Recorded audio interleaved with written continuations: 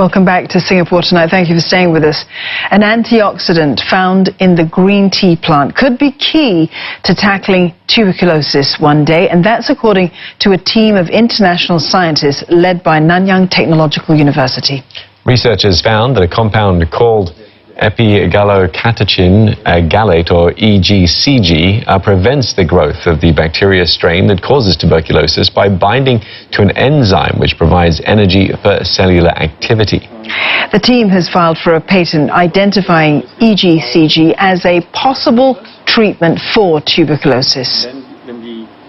And for more on this, we're joined in studio by the lead scientist of the study, Professor Gerhard Gruber from NTU's School of Biological Sciences. Professor Gruber, thank you for joining us. Good evening, Steve. Good evening, Dawn. So help us understand then, what prompted you to look into the compounds of green tea, of all things, with your research? Yeah, let me try to understand it from the perspective of our research journey.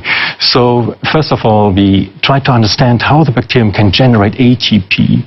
And ATP is actually the currency of life. In all of us, we need that. It's like the battery, right, in a mobile phone.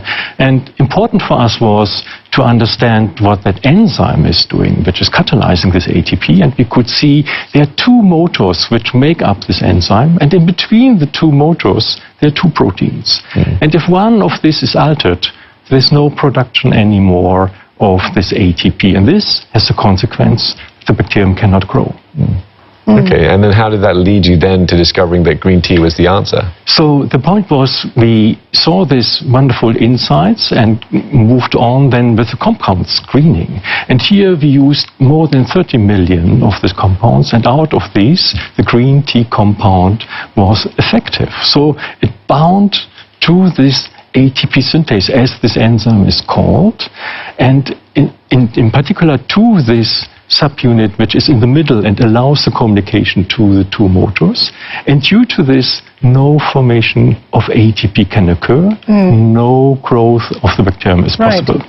So in what form of this compound, in what form must it be in order to be effective? Could you simply drink green tea in order for it to have an effect, or does it have to be sort of catalyzed or used in a different way? So there are studies described here, in particular also in Singapore, where it has been reported that there's a correlation of daily drinking tea to the reduction of the risk of active TB. But this needs much more studies to really validate this. So the point is that we actually like to take this compound, from which we know where it is binding to, and to optimize this even.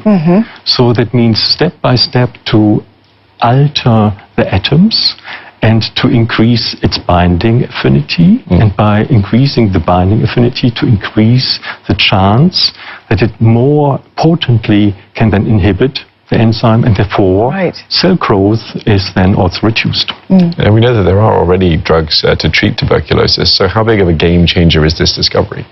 Yeah, so first of all, we have to see there are drugs which one calls first-line drugs, and these are about 5 of these. The problems which are arising here is that the success rate is quite low, means about 70%, which is a quite high number.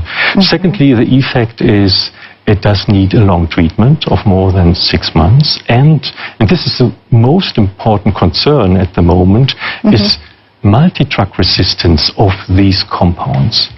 And this, of course, has a consequence, because one needs a second line of drugs which are there, but these are more toxic.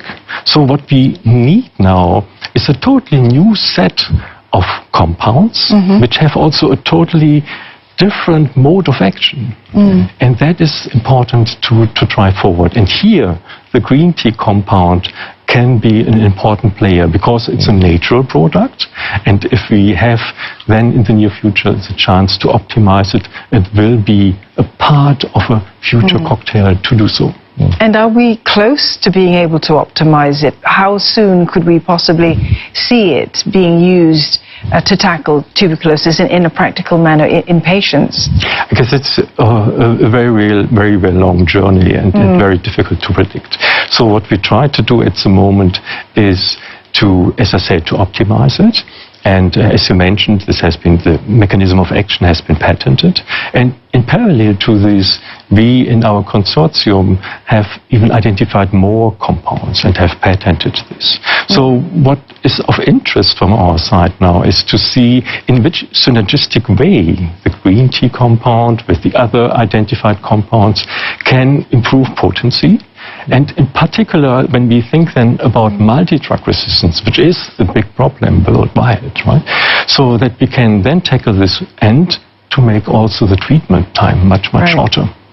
So all the best with your continuing research on this, Professor Gruber. Thank you for coming into the studios as well. We've been speaking there to Professor Gerhard Gruber from NTU's School of Biological Sciences.